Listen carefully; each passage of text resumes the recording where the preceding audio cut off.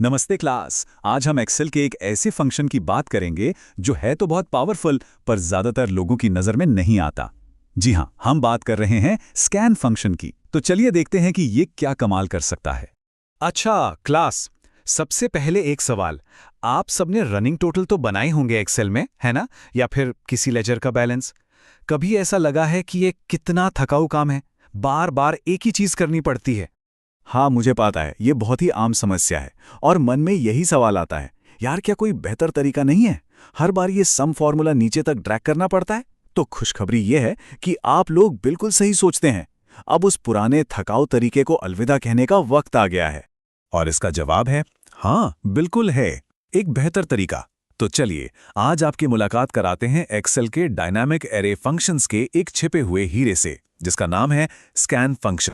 तो सवाल उठता है कि ये स्कैन फंक्शन आखिर करता क्या है। देखिए, बहुत सिंपल है। ये एक लिस्ट या एरे को स्कैन करता है, जैसा इसका नाम है। फिर लिस्ट की हर एक वैल्यू पर एक कैलकुलेशन करता है। और सबसे ज़रूरी बात, ये आपको सारे बीच के रिजल्ट्स की एक पूरी लिस्ट देता है। यहाँ पर सबसे ज़रूरी शब्द हैं मध्यवर्ती परिणाम। मतलब ये सिर्फ फाइनल आंसर नहीं देता, बल्कि ये दिखाता है कि उस आंसर तक हम पहुंचे कैसे, स्टेप बाय स्टेप। आप जरा इसके सिंटैक्स को देखते हैं, मतलब इसको लिखने का तरीका। घबराइए नहीं, बहुत आसान है। इसमें बस 3 मेन चीजें होती हैं। पहला है इनिशियल वैल्यू, यानी हम शुरुआत कहां से कर रहे हैं, जैसे कि 0 से। दूसरा है अरे, यानी हमारे डेटा की रेंज या लिस्ट। और तीसरा है लैम्बडा, जो कि वो खास कैलकुलेशन है जो हम हर वैल्यू पर करना चाहते हैं। ठीक है, अब हम स्कैन के सबसे ज़रूरी हिस्से पर आ रहे हैं। अगर ये समझ गए तो स्कैन फंक्शन आपकी मुट्ठी में होगा। और वो कॉन्सेप्ट है अक्यूमुलेटर। आप इसे स्कैन फंक्शन की आत्मा भी कह सकते हैं। तो ये एक्यूमुलेटर क्या चीज है? इसे एक रनिंग मेमोरी की तरह समझिए। मतलब एक ऐसी याददाश्त जो हर स्टेप के बाद के रिजल्ट को याद रखती है और फिर उसी रिजल्ट को अगले स्टेप की कैलकुलेशन में इस्तेमाल करती है। आइए एक छोटे से उदाहरण से समझते हैं कि ये काम कैसे करता है। मान लीजिए हमारे पास एक लिस्ट है 1, 2, 3। देखिए, शुरू में हमारा एक्यूमुलेटर ए 0 है। पहले स्टेप में वैल्यू v है 1, तो कैलकुलेशन हुई 0 + 1 और रिजल्ट आया 1।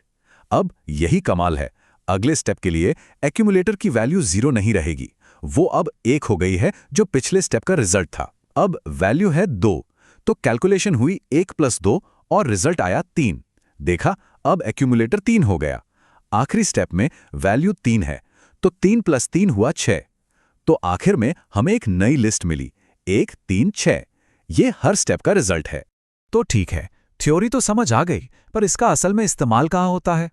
इसका सबसे आम और सबसे जबरदस्त इस्तेमाल है रनिंग टोटल बनाना। यही वो काम है जिसके लिए स्कैन फंक्शन को सबसे ज्यादा पसंद किया जाता है।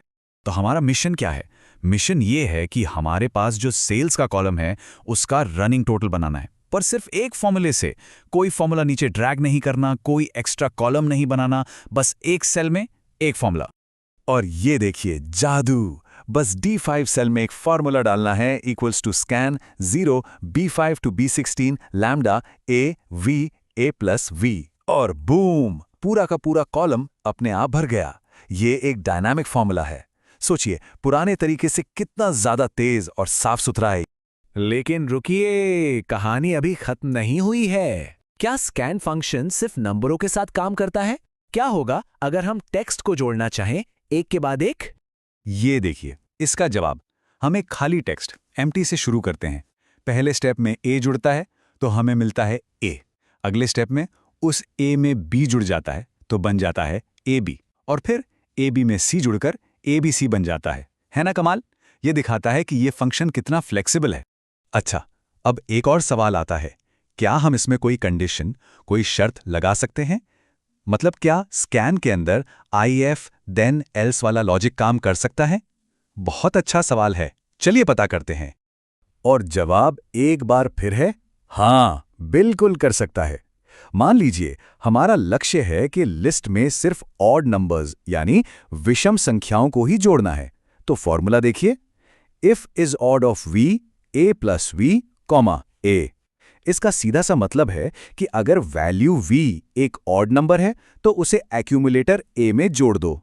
वरना एक्यूमुलेटर को वैसा का वैसा ही रहने दो, कुछ मत जोड़ो। वाह, कितना पावरफुल और फ्लेक्सिबल है ये। अब मुझे पता है कि आप में से कुछ लोग जो एक्सेल के दूसरे फंक्शंस जानते हैं, उनके दिमाग में एक सवाल जरूर आ रहा होगा। और वो सवाल है, सर ये तो काफी कुछ रिड्यूस फंक्शन जैसा लग रहा है। बिल्कुल सही पकड़ा, और यही सवाल इस पूरे टॉपिक का आहा मोमेंट है। इन दोनों का फर्क समझना बहुत जरूरी है। तो चलिए इन दोनों का मुख्य अंतर समझते हैं। इस स्लाइड को ध्यान से देखिए। स्कैन आपको पूरी यात्रा दिखाता है, मतलब हर एक स्टेप का रिजल्ट, जबकि रिड्यूस आपको सिर्फ आखिरी मंजिल दिखाता है, यानी सिर्फ फाइनल टोटल। अगर आपको दिल्ली से मुंबई जाना है तो स्कैन आपको बताएगा कि आप पहले जयपुर पहुंचे, फिर उदयपुर, फिर अहमदाबाद और फिर मुंबई, जबकि रिड्यूस आपको सीधे बताएगा कि आप मुंबई पहुंच गए, बस। ठीक है, तो अब जब बेसिक चीजें क्लियर हो गई हैं, तो क्या हम एक असली, थोड़ी मुश्किल प्रॉब्लम सॉल्व करने के लिए तैयार हैं? चलिए स्कैन की असली पावर देखते हैं। तो प्रॉब्लम ये है, हमारे पास एक लिस्ट है जिसमें W का मतलब है जीत और L का मतलब है हार।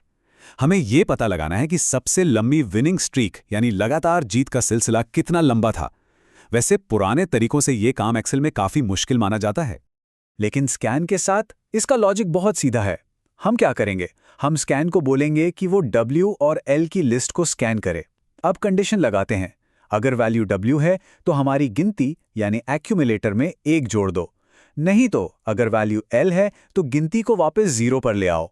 इससे क्या होगा, हमें एक नई लिस्ट मिल जाएगी जो हर विनिंग स्ट्रीक की लंबाई दिखाएगी। और ये रहा वो शानदार फॉर्मूला। देखिए, स्कैन वाला हिस्सा तो वही काम कर रहा है जो हमने अभी डिस्कस किया। वो हमें हर स्ट्रीक की लंबाई के एक लिस्ट दे रहा है, और फिर हमने बस उसके बाहर एक मैक्स फंक्शन लगा दिया जो उस लिस्ट में से सबसे बड़े नंबर को ढूंढ लेता है। हमारे केस में वो है 5। है ना एकदम आसान और एलिगेंट सॉल्यूशन। तो आखिर में स्कैन को इस्तेमाल करने के फायदे क्या क्या हैं? सबसे पहले ये डायनामिक है, मतलब आप नीचे नया डेटा डालेंगे तो ये अपने आप अपडेट हो जाएगा। दूसरा, ये बहुत कुशल है, कोई फालतू के हेल्पर कॉलम नहीं। तीसरा, ये लचीला है, नंबर, टेक्स्ट, मुश्किल लॉजिक सब पर काम करता है।